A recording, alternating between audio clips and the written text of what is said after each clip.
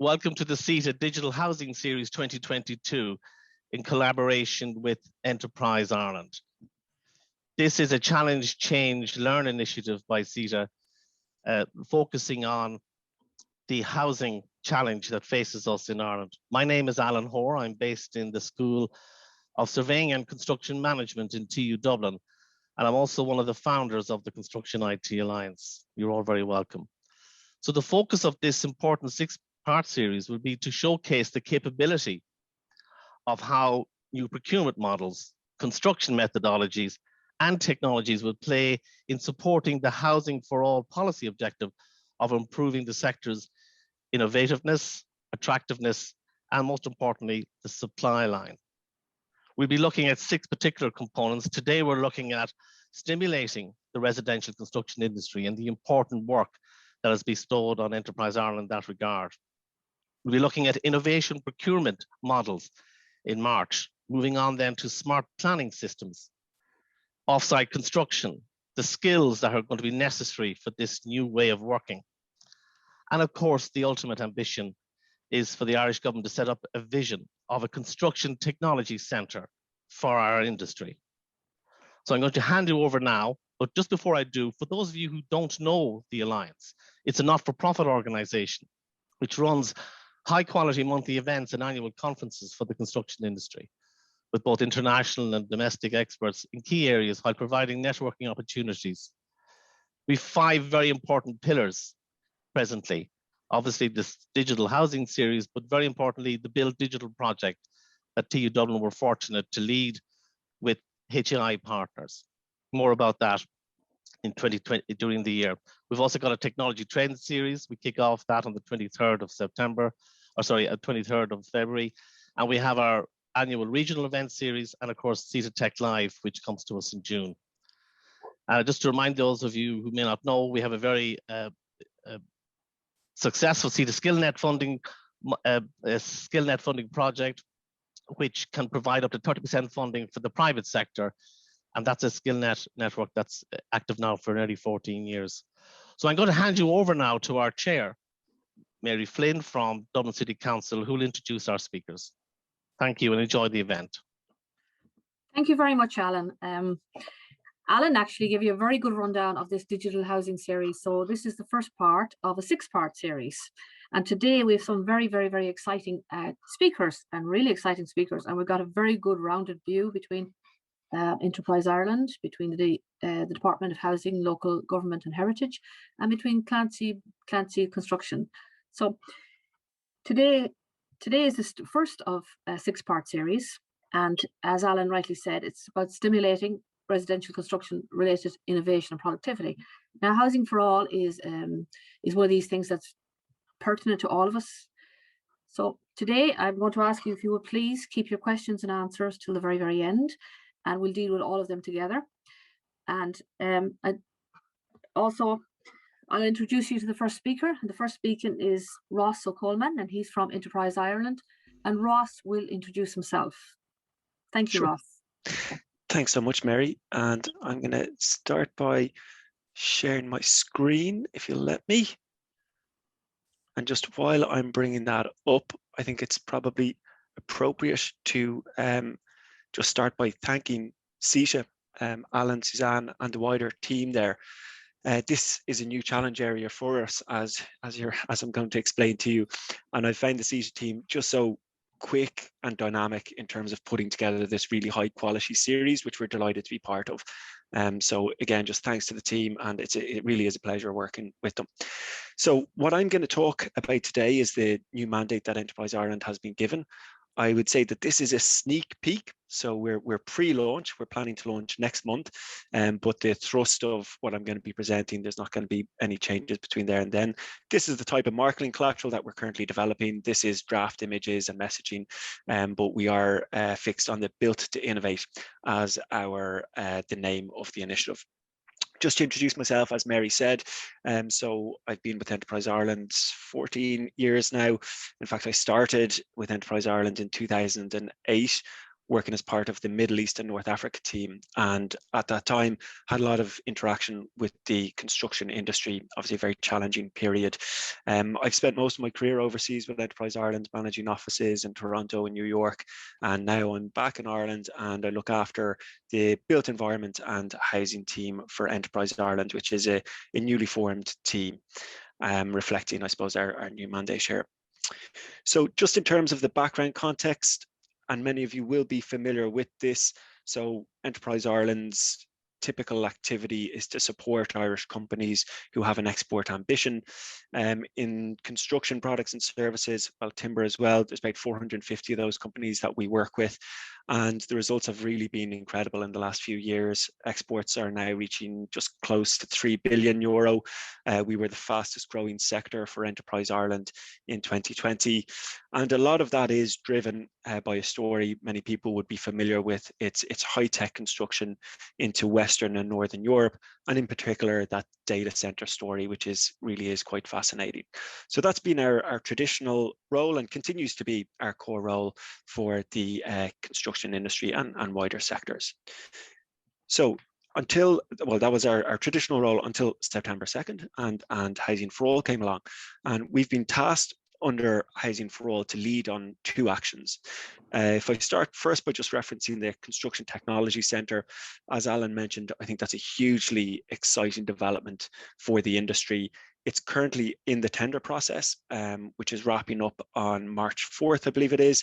And essentially that centre will be working with industry, taking their work plan directed by industry, and then delivering research back to that industry. And what Housing for All has done is place housing as one of the key priority areas of focus for that technology centre, and actually especially so in the first year. I think we'll see a very much a focus on housing in the first year. What I'm going to focus on today is the expanded agency mandate action that we've been given. So as I mentioned, Enterprise Ireland has always focused its efforts on working with companies to develop export opportunities, and everything we do, whether it's R&D or productivity improvements, is with that in mind.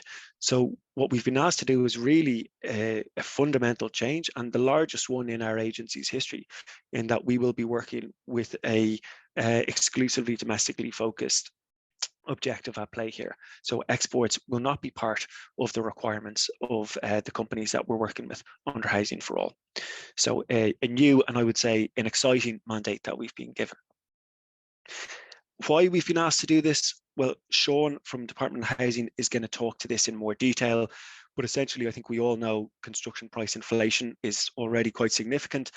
There's about to be a huge investment in that. So is there ways that the cost of construction can be in any way controlled or reduced really as the plan is implemented? And as I say, Seán will cover that in a bit more detail. So when we were given this mandate, what was the first thing we did? Well, this is a new area for us. So we engaged with the industry. So we spoke to, it's about 25 companies in the home building supply chain. We ran an industry webinar, which we got some good feedback from, which had about 70 people at it. And then we've referred to these two recently published reports. They are publicly available, and I'd urge you to refer to them. They're the two ones referenced on the right-hand side there. And what did we learn from that process? So in all of these conversations, I would have asked companies, what is their constraint to growth? How can they increase their unit delivery by 50% or more, but also while containing costs?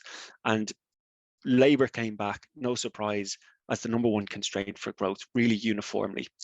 I've also included a number of the other areas that the industry refer to when we talked about constraints, bottlenecks and issues, and I've put them there on the screen just so people are aware that we did try to gain an understanding of this industry, and that shaped the supports that we have developed. So then we also asked participants, how can the industry respond? So look, a home builder isn't going to fix the utility connections issue or the planning process, but what can they do to increase capacity, but also try to contain costs? And again, a fairly uniform response was around modern methods of construction. So greater deployment and greater pre-manufactured value, so on and so forth, was really uniformly coming back as something that the industry could do. Then the digital and lean elements often were to reinforce that modern methods of construction, or we would see them as very complementary to any project that's implementing modern methods of construction as well. So with that feedback and armed with that, what we did and understanding that we needed to move as quickly as possible was we evaluated what existing offers Enterprise Ireland had and how we could amend them to suit the needs of the industry. And this is what we've come up with here.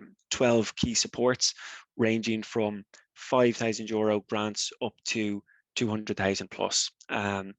They are focused on those areas of productivity, innovation and research.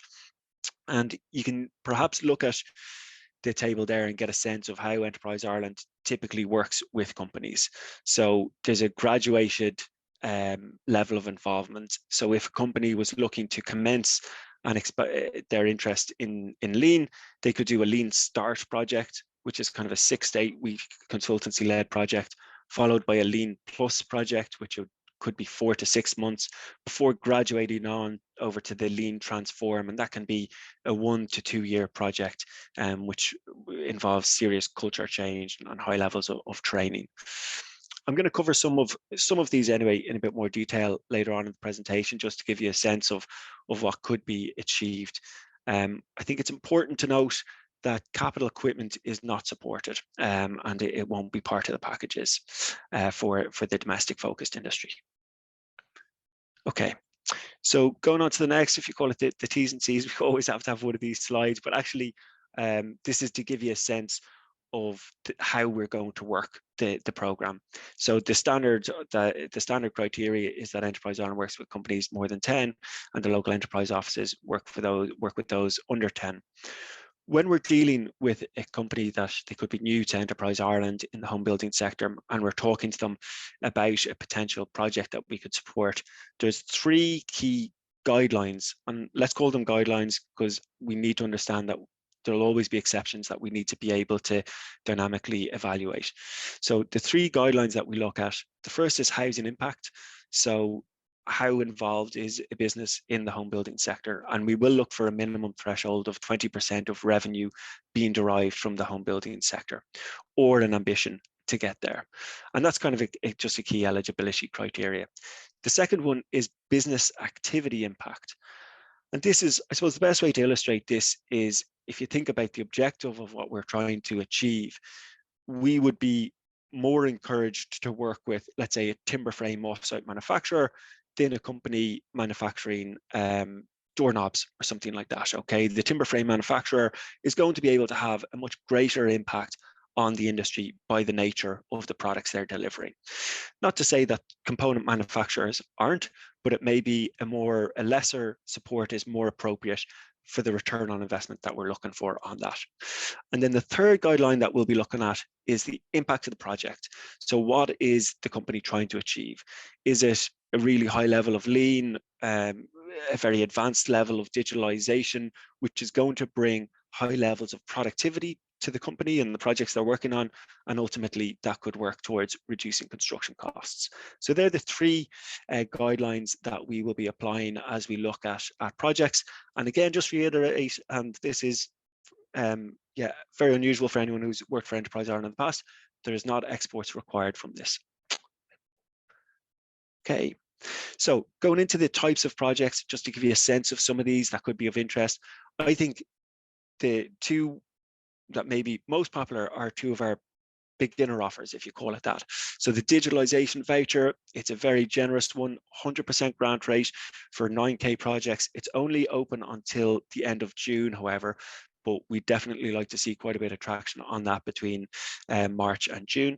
And then the Lean Start, both of these can be used really to map out your internal processes and come up with a roadmap for implementing either lean or digital in your business. And then you can take it on perhaps to the next stage. And then what the next stage could be, well, this is an example of potentially you could call this a lean plus project that a home builder could do. This is from a real life example where a home builder they had consultants in to examine their work site. They saw that the actual time that people worked was actually only 2 hours and 40 minutes. And they set about trying to increase that through studying processes, staff training, implementing a culture of lean, and they were able to add 40 minutes of work time to your standard worker on that site. And again, so that could be a lean plus type project that people could work with us on. Then on the research agenda, so one example is an offsite housing manufacturer. We all know that wet trades availability is a really big issue. So they're working with an Institute of Technology to conduct research into cladding solutions. And this would fall under innovation partnership, most likely. And in those instances, Enterprise Ireland actually funds the third level organisation. The projects can be up to €200,000 and we can fund up to 80% of that, and the company funds the other 20% of it. And then finally, an example just in terms of what digitalization means. So this could be the Business Innovation Initiative, is the Enterprise Ireland product, I guess, if we use that language. So they're already using BIM and project management software quite well, but they believe that a really enhanced implementation of those programs could bring essentially innovation in their process management. And what we could support under the Business Innovation Initiative is grant rate of 50% up to expenditure of 300,000. So that's a grant of potentially up to €150,000. And that's mainly around consultancy and training. So we're not going to be buying software packages or supporting the purchase of software packages, but the implementation, the consultancy around that, as well as the staff training can be supported.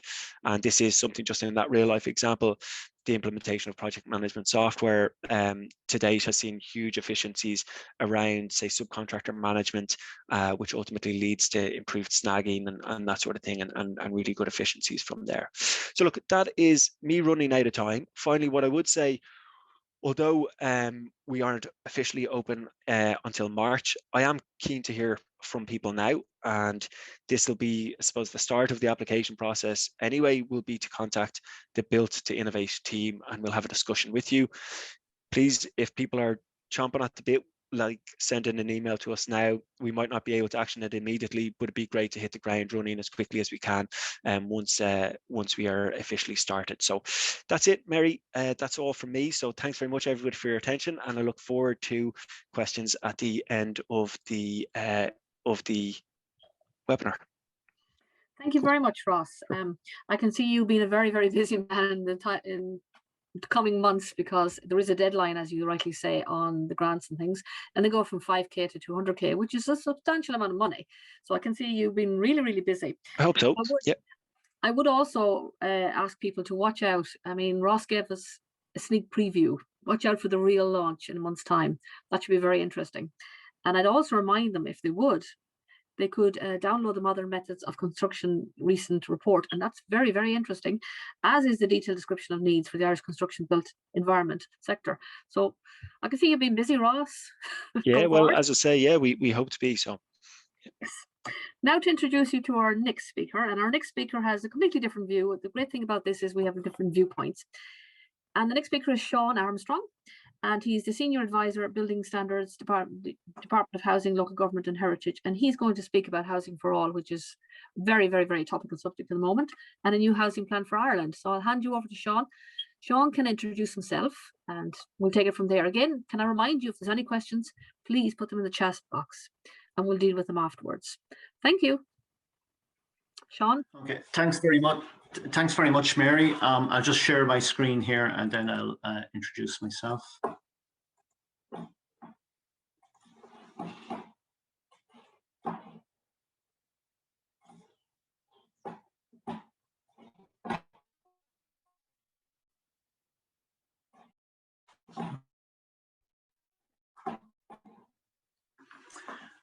Okay, can everybody see that now? No, Seán, we can only see the Zoom page at the moment. Okay. Would you? Oh, okay.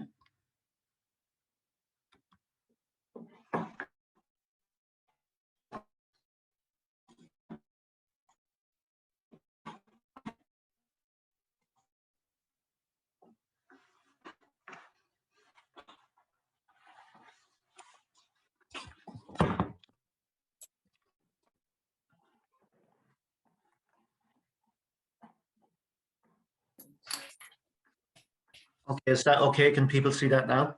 Yeah, do you want to actually maybe open it in presentation mode?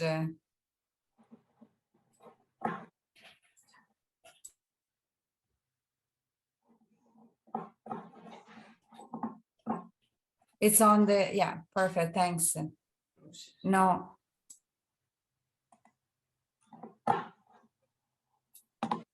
That's perfect. Yeah. Perhaps, Seán, if you full screen, it might help.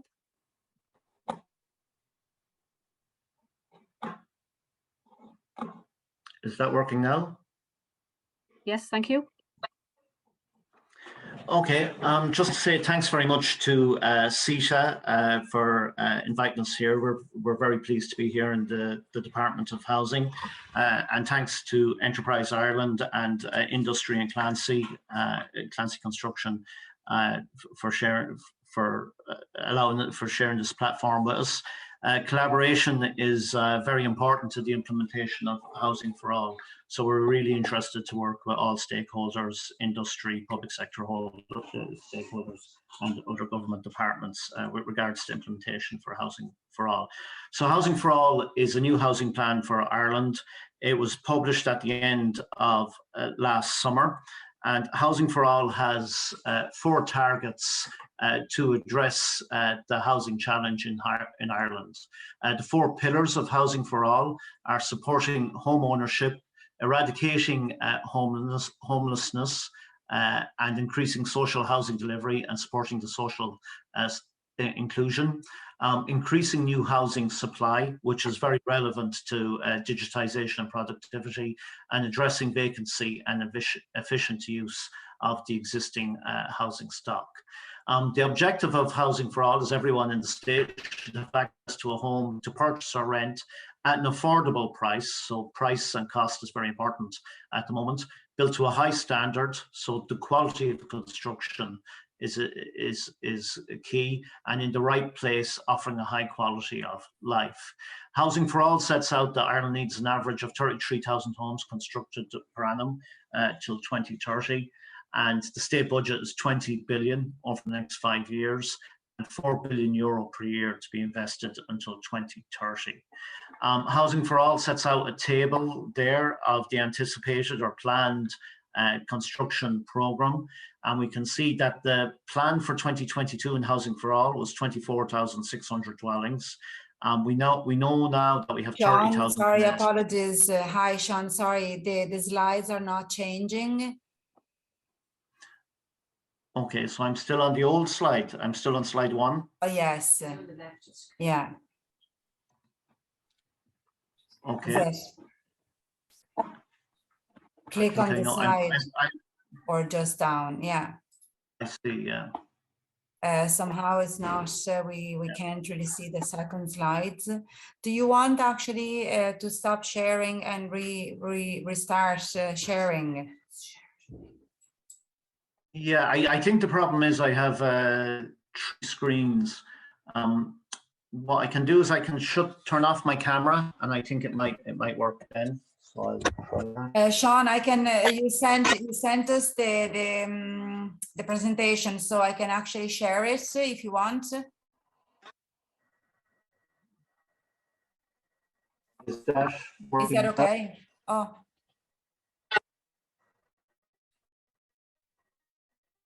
Seán, we can't hear you now. Is that okay if we share? Yeah, no, I can hear you. Can you hear me? Yeah, now we can, yeah. Are you on the second slide now? Yeah. Okay. Perfect, thanks.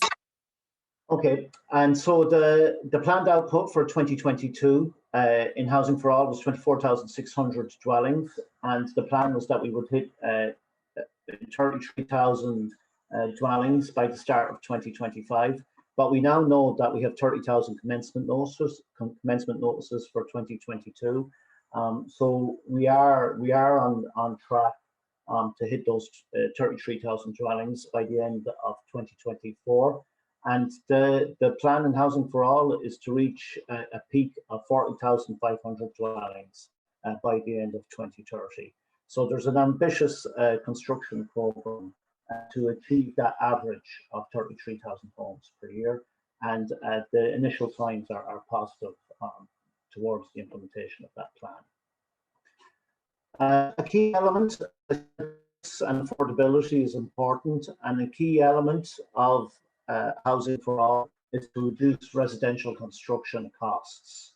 And Housing for All makes a clear commitment that the state will take a leadership role in supporting innovation, productivity, and the reduction of residential construction costs. And this is stated in several places in Housing for All. It states that the government and state agencies will increase the focus on residential construction, that the leadership of the state is needed to address the shortfall, that the state will play a more central role in funding structures related to productivity and innovation, that the construction sector group, which is a key industry and public sector collaboration group, which is facilitated by the Department of Public Expenditure and Reform, that this will take a key role in implementing innovation and productivity measures. Again, it says that the state will work with industry to strengthen the supply chain, and that the state will work with that Enterprise Ireland, Enterprise Development Agencies will support these initiatives. And these are all being coordinated through the Department of Taoiseach.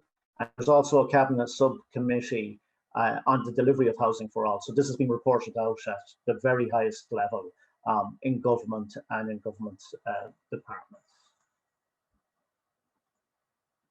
So the construction sector group is a key collaborative group facilitated by the Department of Public Expenditure and Reform.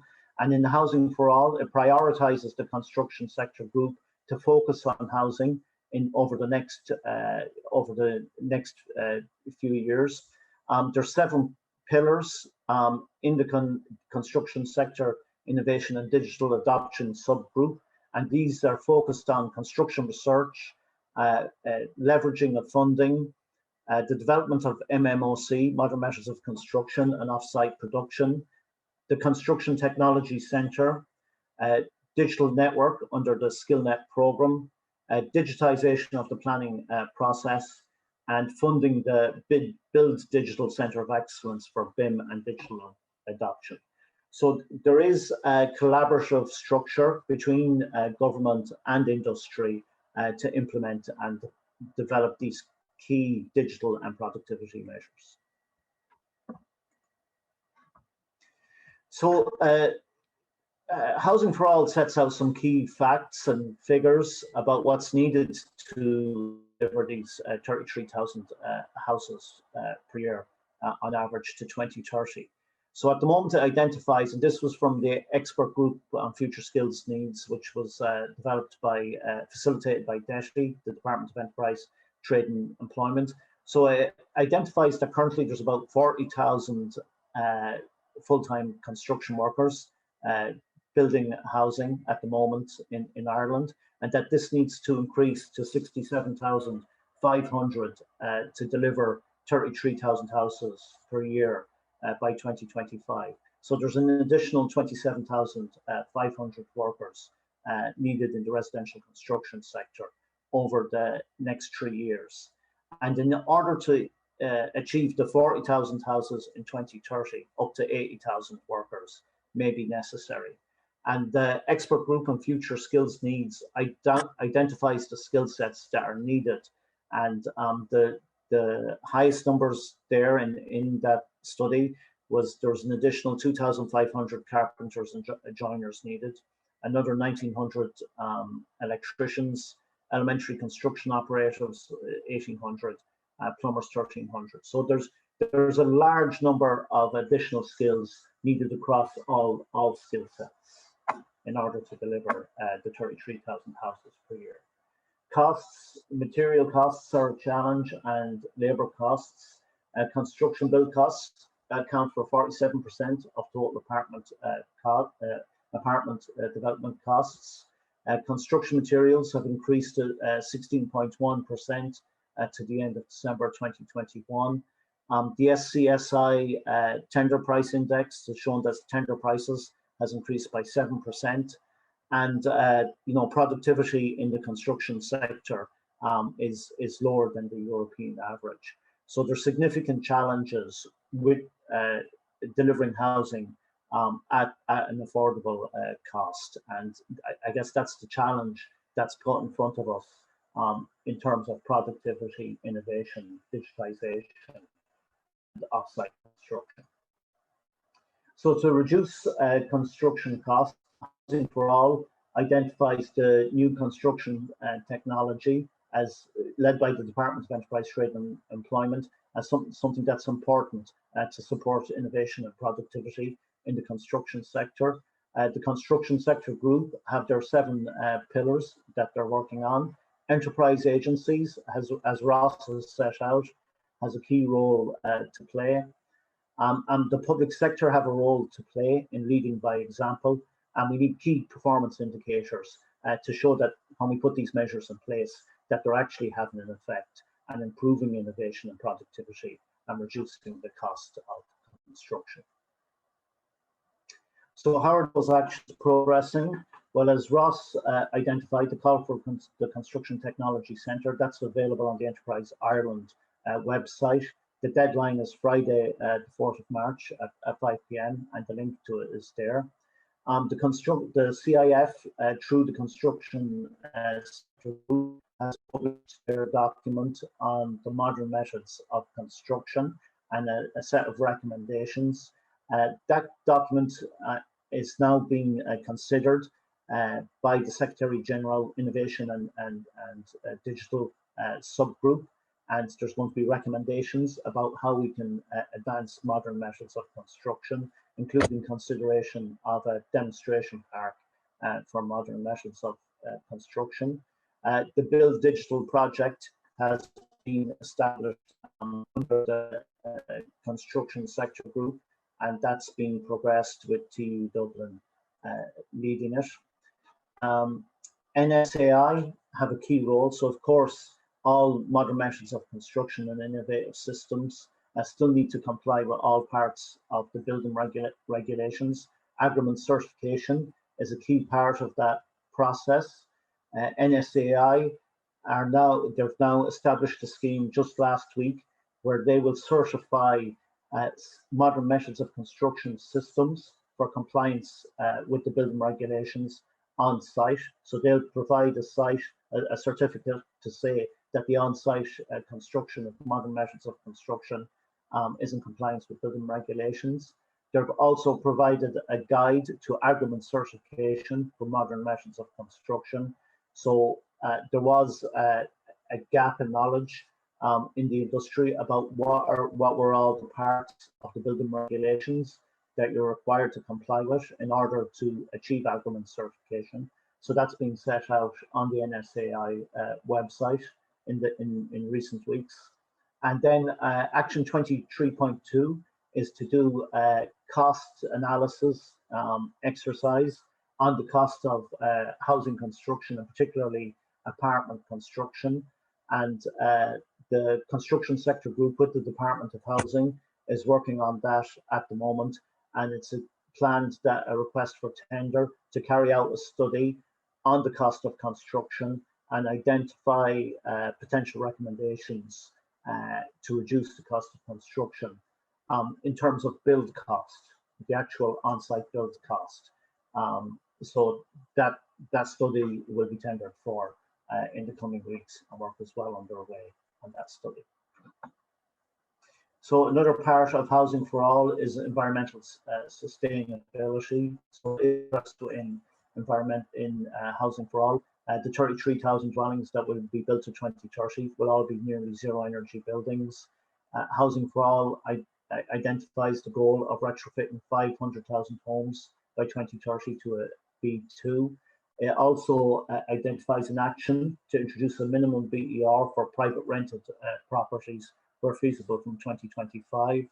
A roadmap for the life cycle analysis of embodied carbon is proposed in CAP Climate Action Plan 2021, And there's also measures proposed in Climate Action Plan 2021 for the circular economy. The Department of Housing with the local authorities have done some capacity building and in the local authority sector by establishing a design build rapid delivery framework in 2017. There were 752 units have been built to that framework, with 1,350 in the pipeline or not either in the pipeline. There's 1,000 fast track homes using a framework that's been planned, using a framework that's been established by Dublin City for apartments, and those apartments are under construction at the moment. And we can see some examples there in the images of Bonham Street and Cork Street.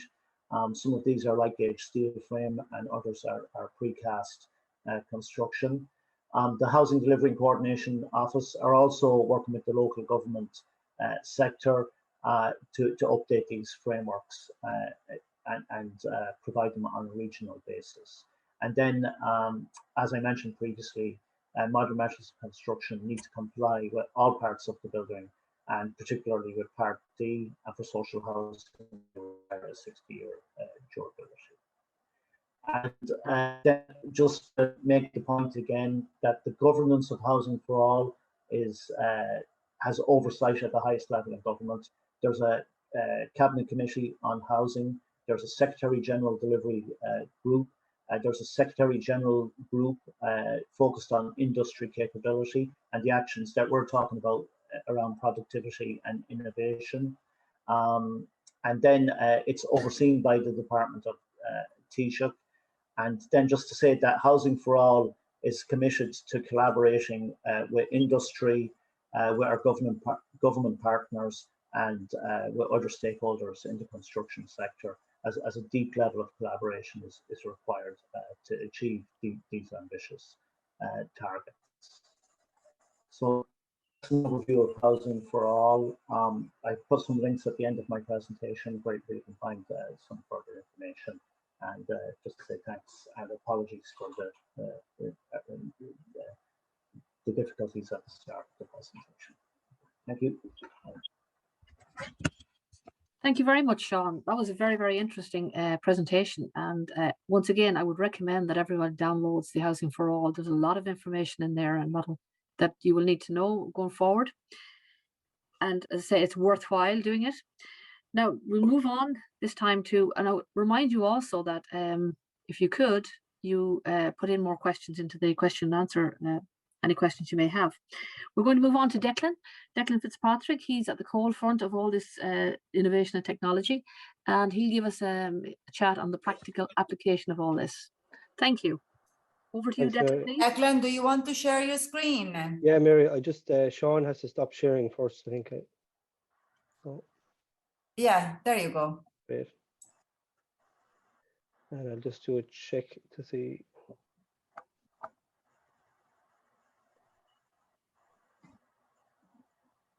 Now, can everyone see that? Yes, thank you. That's perfect. Yeah. Great, good stuff. Okay, thanks very much. Thanks, Mary. And thanks to Seán for having me. I'm conscious of the time, so I'm not going to delay too much with an introduction. So, Declan Fitzpatrick, I'm a director with Clancy Construction, have been working with them for the last 15 years. I'm in this industry about over 25 years at this stage. So what I'm going to cover today, brief introduction to the company, just talk about some of the innovation, the technology, digital tools, and lean construction that we're doing at the company. Some modern methods of construction, some examples of that, of what we actually have on site at the moment, talk about our people, and then just a summary of our innovation journey to date, and lastly about our next steps. So who we are, we're 75 years in business this year. At any one time, we'd have between 12 and 14 live projects. We have 14 at the moment. We have 150 employees with the company directly. We're turning on average 100 million a year, little less than 100 million last year. We'll exceed 100 million this year. Our success is built on partnership, our core values. We really believe in this, and we're always talking about it. Collaborative, non-confrontational approach, innovation combined with experience, and experience, you know, from the inexperienced to people with a lot of experience. And for us, key to success is early contractor engagement. Some of our most successful projects has been when we have been there day one nearly on a project, pre-planning. And it's really, really successful, and we can't say that enough. So just a quick snapshot of projects that we're on and we've done. Residential, out of the 14 projects we have at the moment, 6 are residential. So I suppose on our order books at the moment, we've about 500 or 600 units in terms of housing. Commercial, we do a lot of that, industrial, and some really interesting conservation projects. And then healthcare, we do a lot of healthcare and have done since the recession over 10 years ago, 12 years ago. And the EHSQ has been very good because we got a lot of work there. And particularly in the last 2 years with COVID, we've worked on some really exciting fast track emergency projects with the EHSQ.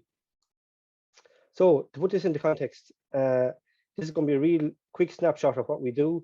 And I appreciate some contractors will be doing all of this and much more. Some contractors will be doing just a small bit of this, and possibly other contractors will be doing none of this, and hopefully they'll be able to get some ideas out of this. This is all work in progress. We're not perfect. Our intentions are good, but what we have done, we've worked hard on it, and it's really, really working. All under the umbrella of a culture of innovation and sustainability. That's the context of it. So in terms of some of the software and hardware we're using at the moment, this is just a list of them. Procore, I'll talk about that. Lean and Last Planner, robotic total stations. We have a full suite of BIM tools that we use. Bluebeam, Asta Power Project, Hilti On Track, which is a plant inventory software. Some VR, drones for surveys and photos, and smart mobile devices, which probably everyone has at this stage, a smartphone, but all our site managers would have an iPad going around with them. That's their data in their hand, that's their drawings, that's their specifications, all in their hand in an iPad. Procore, as I said, it's a project management software, it's a database, it's a platform. This is a snapshot for the dashboard for a job we're doing in Cork, Glenfee. It's a housing project. All the information in relation to the project is housed in this platform, and it's absolutely super. We've brought in Procore a couple of years ago, and this was a game changer for us. Again, I won't go through all the uses. The site diary, big thing for us is inspections and audits, snags in houses. The information is sent directly to the subcontractor with photographs. It's all done automatically. It's set up that way. And a big thing over the years, which became a big animal in the last 5 or 6 years, is technical submittals. The volume of information that's transferred from us to the design team or client is massive. And this is all streamlined through Procore. And the last thing is with the integrated management system, that's the ISO standards, the safety, the environmental, and the quality. Most of our procedures and forms are housed on Procore. So as I said, that was a game changer for us, but it's working really, really well for us. So some of the stuff that we're using on site. So I took these photos last week myself on a housing site in Cork. So robotic total stations. So essentially they're a one-man band at the moment, different from when I came out of college many years ago. You had a chain by and far more difficult. So Seán Crowe is the second picture. He's out of college a couple of years, an excellent engineer for us. And he does all the setting out using the Trimble total station. That's the data logger. And you'll see on the screen is just a plot of a semi-detached block of 2. And Seán is picking up the coordinates off that. Again, on the right, that's a chap called Peter Melbourne. He's a third-year student in LIT. He's out with us at the moment on placement, and he's setting out earthworks and groundworks for us. Again, one-man show. These are brilliant guys with very little experience. And you'll see at the bottom, I have a picture of a PlayStation and an Xbox. So no, we don't play games at lunchtime. The point here is these guys, we describe them as gamers. These have grown up with this technology, mobile phones, Xboxes. They are not daunted by any of this technology. It's really, really easy to them. And with very little experience, these guys can cover serious ground for us. Whereas on a large housing site, you might want 3 or 4 engineers years ago. Now you don't. One senior engineer and a junior engineer will cover serious ground with the technology that's available. And this is really user-friendly technology. So just a quick example of, this is an as-built that we have to give to Irish Water, and the level of detail on a water main. There's an example, a snapshot of 10 wells on a water main. They're all logged and coordinated. That's the level of information that we have to give Irish Water. That's all fine. But without the technology and this equipment that we're using, this would be really, really difficult and would take serious amount of hours and weeks to put this together. The guys can do this in real time, more or less as they go. Great technology. Again, I won't dwell on this. This is a machine control GPS, all integrated with the model. And that's a snapshot of an excavator down our site in Cork with the control panel in the machine. The driver is following that. Again, great technology, reduces the need for an engineer to be working with him on an ongoing basis. They just do check-ins. So on the BIM side, I suppose separate to what we use BIM for in terms of coordination, class detection, and using models on sites on the projects, we get great value out of BIM on logistics and site setup. So these are snapshots of jobs that we've done in the last year or two in terms of site setup, where we put things, where the cranes go, and we can do simulations with all this. And it's really, really user friendly. Again, traffic management, these are sites, current sites that we have, and we've had really, difficulties with traffic management, deliveries to site on congested city centre sites. By doing simulations with these, we can figure out which is the best way to do it. And again, current uses that we have, we're using like-edge steel, precast pods, timber frames, structural steel, and prefabricated reinforcement, all using the model. And these are live examples. So moving on then, lean construction. We were kind of self-taught in this up to 2 years ago. And then we called in the experts for a bit of help. And this is, again, I could call it a game changer. It's been brilliant for us. So quickly increase productivity and a consistent approach across all sites, which is really, really important to us. If we have 12 or 14 sites, we want everyone to be doing the same thing in terms of systems and processes. Industry best practice, it's a project management methodology, and our construction managers understand that terminology. Creates opportunities, creates value for the clients, site teams, subcontractors, and other stakeholders. And that's crucial, creating value. Better planning coordination, it's actually far simpler than using some software, and improves quality. Definitely helps making our site safer, and most important for our employees and for everybody, less stress and more success. So as I said, we were self-taught up to a couple of years ago. We treated this like a change management program. So we called in the experts, CLS, headed by Maria Ryan as a company in Limerick. And we developed a program with Maria, and we rolled it out at the start of last year. And if anyone is familiar with Cotter's model, we kind of follow this process. And of course, key to that, training and practice and buy-in from the team. These are some examples of what we have on site, and out of the lean program, the last planner is one of the essential ones for us. Again, it's a very simple paper-based poster, if you want, stuck on a wall with sticky tabs, with milestones, crucial dates, a list of the subcontractors on one side, and we essentially stick milestone dates on the board. That's brought from the master schedule or the master program, and we work with the subcontractors then to work on the schedule of how they're going to get there. And the idea that is it's collaboration with all the subcontractors, and it's all kind of done in harmony as opposed to working in silos. This really, really works for us. Again, a 6-week look ahead. This is updated every week. The guys on site will have weekly meetings with the subcontractors, no more than an hour possibly, and we update this and see where we're going for the following week and number of weeks. Daily whiteboard meetings, this is part of lean as well. 15-minute meetings in the morning. They're probably common on all sites now at the moment across the board, across the industry, but we do them on all the sites religiously.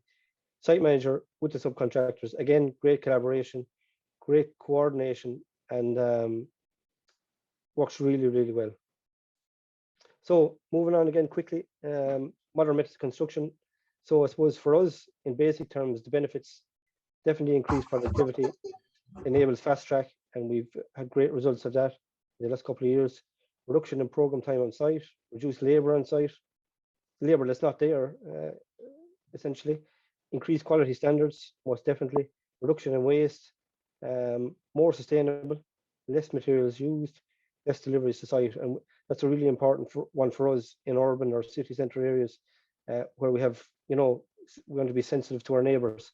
Reducing deliveries to site is really, really important. Lightweight structures, obviously, lightweight, accordingly, then you have a different foundation, and less drying out issues, which is a really important one for me. The traditional build is all well and good, but there's a lot of artificial drying goes on, which I don't like, or we don't like it.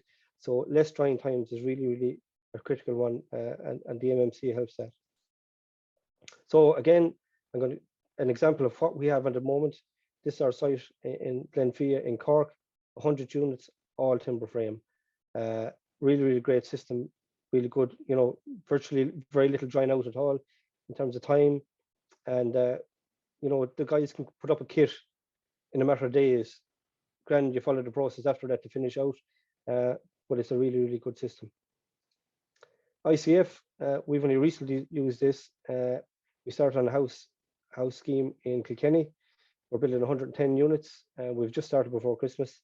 And you see on the left, what we have there is a simple wrap foundation, no strip foundations. It's on good ground, but it is a faster way of doing things.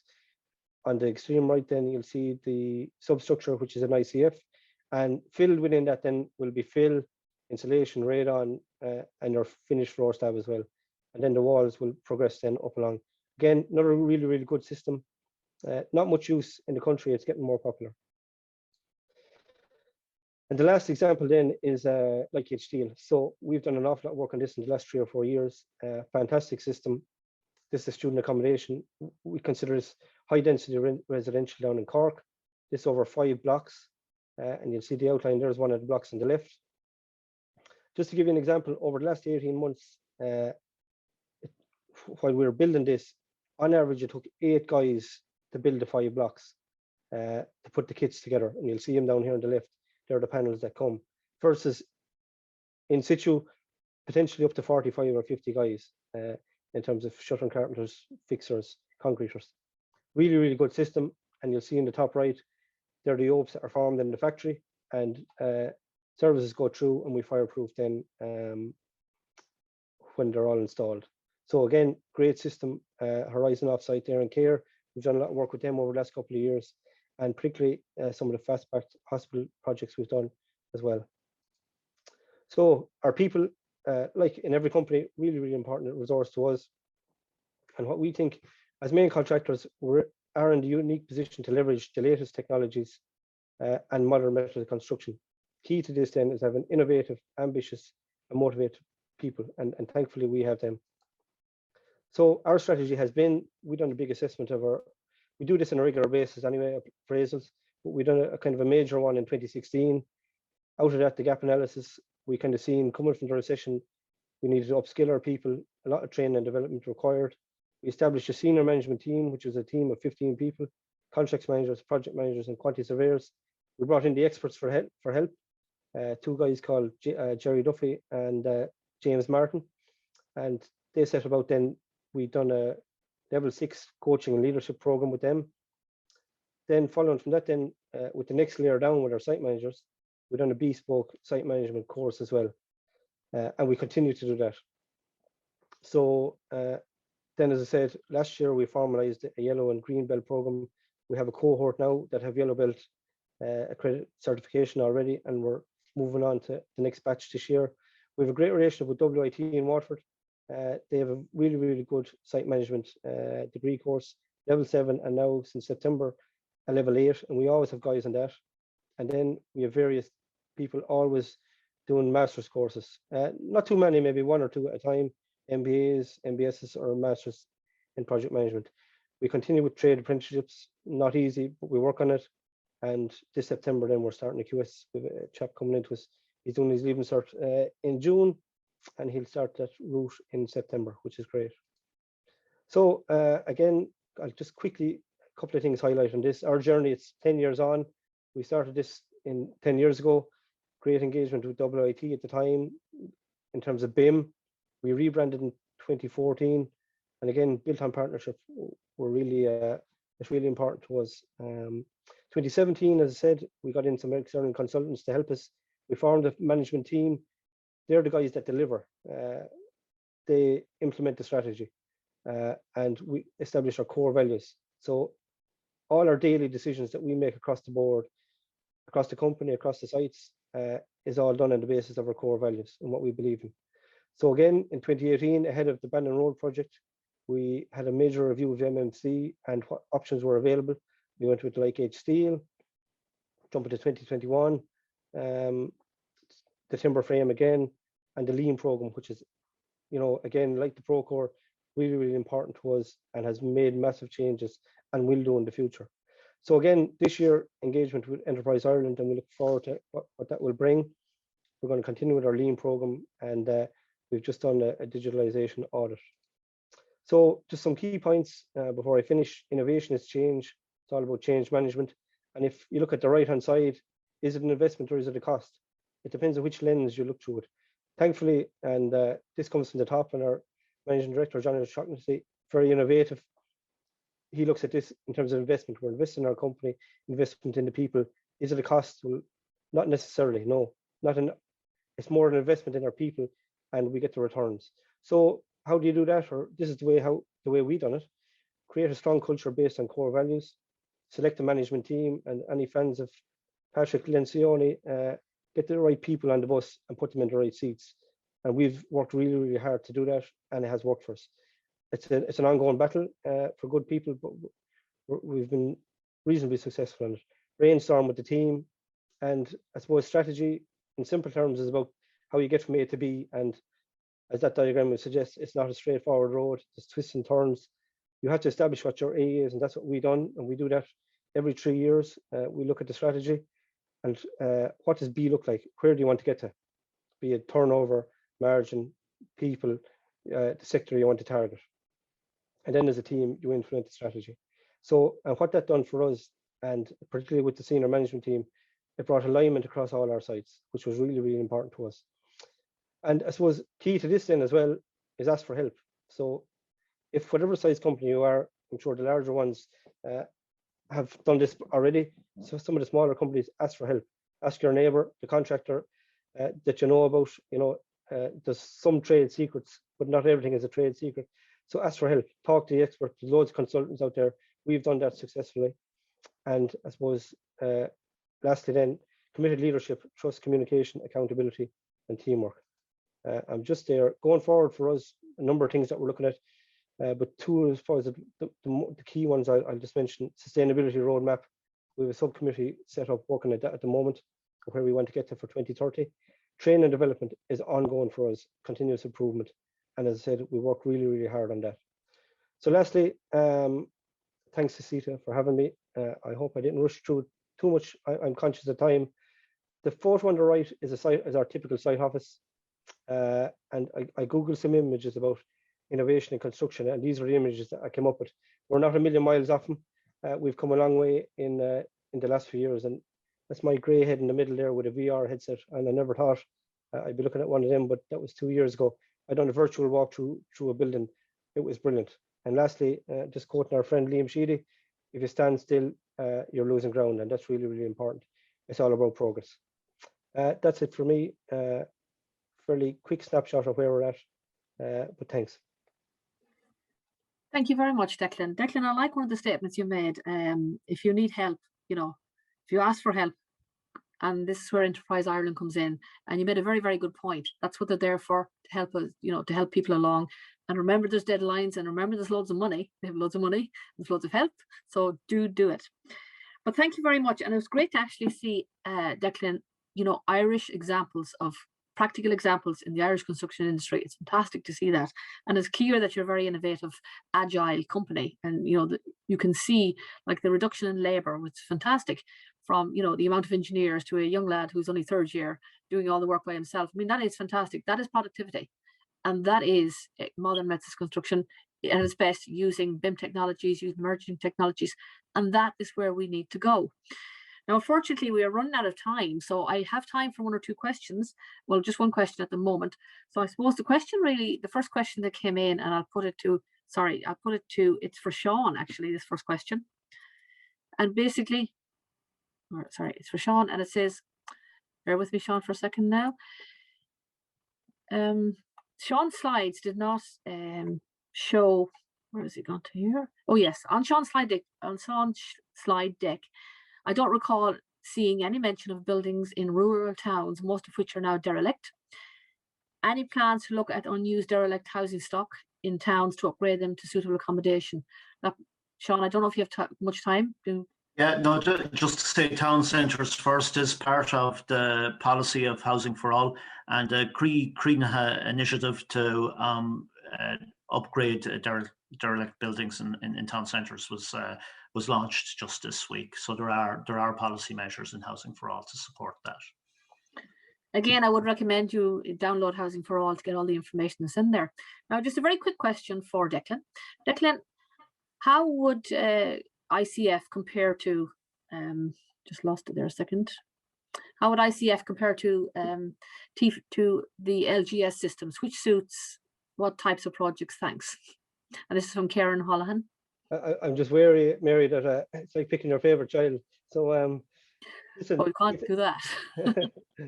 Listen, it's a good system. I'd say the timber frame, the like EHSQ and the ICF, they're all really, really good systems. So I'm not going to pick one over the other.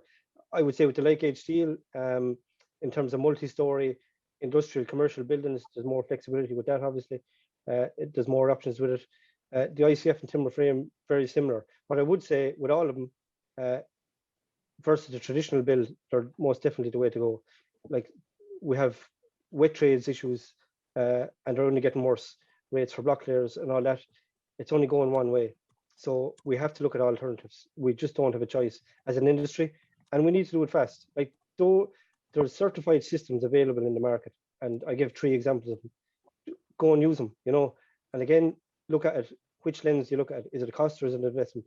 If you can use it really, really well, you'll bring the cost base down, and you'll get the production up. So again, I mightn't be answering it fully, but I'd say versus the traditional, either system, it's the way to go. Thank you very, very much, Declan. Now, I had a number of questions which would have been on collaboration and productivity, but these have to wait for another time. We do have 5 more series coming up on this, or 5 more seminars coming up in this series, all on the digital housing series. So I'd ask you all to tune in for those. Now, I'd like to thank our speakers, and it was very, very informative presentations. It really was, you know, on different viewpoints, and it's very interesting to see the different viewpoints and to actually see actual examples, Irish examples of MMC in practice, and, you know, the use of emerging technologies and innovation. And it's brilliant to see that in practice. Now, I'd also like to thank all of you for attending. Thank you very much. And I would like to thank our sponsors. And I would remind you that coming up soon, we have on the 23rd of February is the next save the date for the next CETA trend. So thank you very much for attending, all of you, and keep in touch with CETA. There's a lot of interesting stuff happening. And thank you. Thank you. Bye. And thank you very much.